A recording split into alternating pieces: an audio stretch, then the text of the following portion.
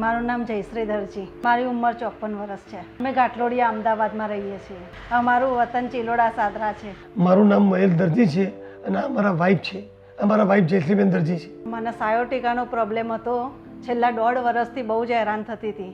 એટલે પછી એ દુખાવામાં મને અહીંયા ડાબા પગે અહીંયા થાપેથી તે અહીંયા નીચે પગના તળિયા સુધી તે ખાલી ચડી જાય અને ઝણઝણાટી થાય અને થોડું એ ચાલવામાં આવે તો પછી અહીંયા ખૂબ જ આમ લપકારા મારે દુખાવો પુષ્કળ થવા માંડે એટલે બેસી જ જવું પડે. એટલે મારાથી ખૂબ ચલાતું નહોતું, ઊભું એ નહોતું રહેવાતું, રસોઈ એ નહોતી થતી. છેલ્લા 1.5 વર્ષથી તો ખરું જ 1.5 વર્ષથી કોન્સ્ટન્ટ હતો. એમાં મને કેવું થાય, રોટલી કરતી વખતે કંઈ રસોઈ બનાવતી વખતે કોન્સ્ટન્ટ ઊભું ના રહેવાય એમાં. અને પછી થોડું એ 2-3 આટા મારું ચાલું તો તરત જ બેસી જવું પડે, ચલાય નહીં બહુ. કોન્સ્ટન્ટ જેવી રીતે બધા ચાલે એવી રીતે મને ચલાતું નહોતું એટલે બેસી જવું પડે મારે. સીડી થોડી ચડાય પછી ઊભા રહી જવું પડે, પછી પાછું ચડવું પડે, ચડાય એમ. ત્યાં રિસેપ્શન પર પહેલાં બેનને મળ્યા, ત્યાં ત્યાં અમારું નામ લખાવ્યું. પછી અમને ડૉક્ટર સાહેબ પાસે અમે ગયા, બરાબર છે. ત્યાં ડૉક્ટર સાહેબ એમને ચેકઅપ કરાયા, પછી અમારું એમને એક્સરે કરાવવાનું કહ્યું. એટલે એક્સરે અમે કરાયા પછી અમે એક MRI પણ કરાવ્યો અને MRI કરાવ્યા પછી ડૉક્ટર સાહેબે કીધું કે તમારે ઓપરેશનની જરૂર છે, આમાં મને ઓપરેશન કરવાની જરૂર લાગે છે. તે પછી અમને ઓપરેશનની તારીખ લીધી, એપોઇન્ટમેન્ટ લીધી એમની પાસેથી અને પછી અમને ઓપરેશન કરાવ્યું અને તેનાથી મને ઘણું સારું થયું. ડર તો નહીં પણ દુખાવો એટલો બધો હતો ને એટલે હિંમત હતી જ કે ભાઈ ઓપરેશન તો મારે કરાવવું જ છે. કારણ કે મેં પહેલાં એક ડૉક્ટર જોડે ઇન્જેક્શન લીધું હતું પણ એનાથી મને કંઈ ફરક લાગ્યો નહીં. દુઃખ તો એટલું ને એટલું જ હતું, એટલો જ દુખાવો હતો. એટલે પછી ડૉક્ટર સાહેબને અમે લિવેલ હોસ્પિટલમાં ગયા, ત્યાં ડૉક્ટર સાહેબને મળ્યા અને બહુ સરસ સારી રીતે એમને ડૉક્ટર સાહેબે સમજાવ્યું. એ પછી અમારો એક્સરે કરાવડાયો, પછી MRI કરાયો. MRI જોઈ સાહેબે કહ્યું કે એક ઓપરેશન કરાવી લો તો તમે નોર્મલ જિંદગી બહુ સરસ જીવી શકશો. એટલે પછી મને એમ થયું કે મેં હિંમત એકઠી કરીને કર્યું કે હવે એક વખત ઓપરેશન કરાવી લઉં તો પછી મારી નોર્મલ જિંદગી હું સરસ સારી રીતે જીવી શકું. એક અઠવાડિયું થોડુંક ઓપરેશનના ટાંકાને હોય એટલે થોડી તકલીફ લાગે, પછી તો એકદમ થોડું દુખાવો ને બધું ઓછું થતું જાય, એમ સરસ થતું જાય છે. એમ તકલીફ નથી પડતી બહુ. એમ સાહેબની એટલી દવાઓ ને એટલું સરસ હોય છે ને કે ઘડીએ ને એટલે બહુ જ રાહત લાગે. ડૉક્ટર સાહેબને ત્યાં ફિઝિયોથેરાપી જે ડૉક્ટર હતા એમને એક્સરસાઇઝ પણ જે કરાવવાનું સવાર 2 ટાઈમ કરવાનું કહ્યું, તે બંને ટાઈમ અમે એક્સરસાઇઝ પણ રેગ્યુલર કરાવતા હતા. એટલે એનાથી અમને ધીરે ધીરે સારું લાગવા માંડ્યું અને અત્યારે એ સ્ટેજ ઉપર છે કે અમને બિલકુલ સારું છે.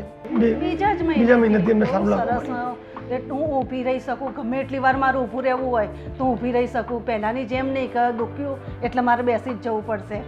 ઊભી રહું, ચાલું. અત્યારે પહેલાં જે કામ હું મારું દુઃખ અને તકલીફની સાથે કરતી હતી એ હવે ઓપરેશન કરાયા પછી એકદમ રિલેક્સ અને શાંતિથી મારા રૂટિનનું કામ હું કરું છું.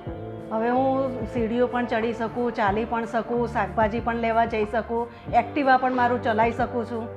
મારી નોર્મલ લાઈફ બહુ સરસ થઈ ગઈ છે. જ્યારે મારા વાઈફ અમારા માટે જમવાનું બનાવતા તો રસોડામાં એ 5 મિનિટ પણ ઊભા નહોતા રહી શકતા અને જ્યારે કંઈ પણ ચાલવાનું આવે તો પણ એ બિલકુલ ચાલી નહોતા શકતા.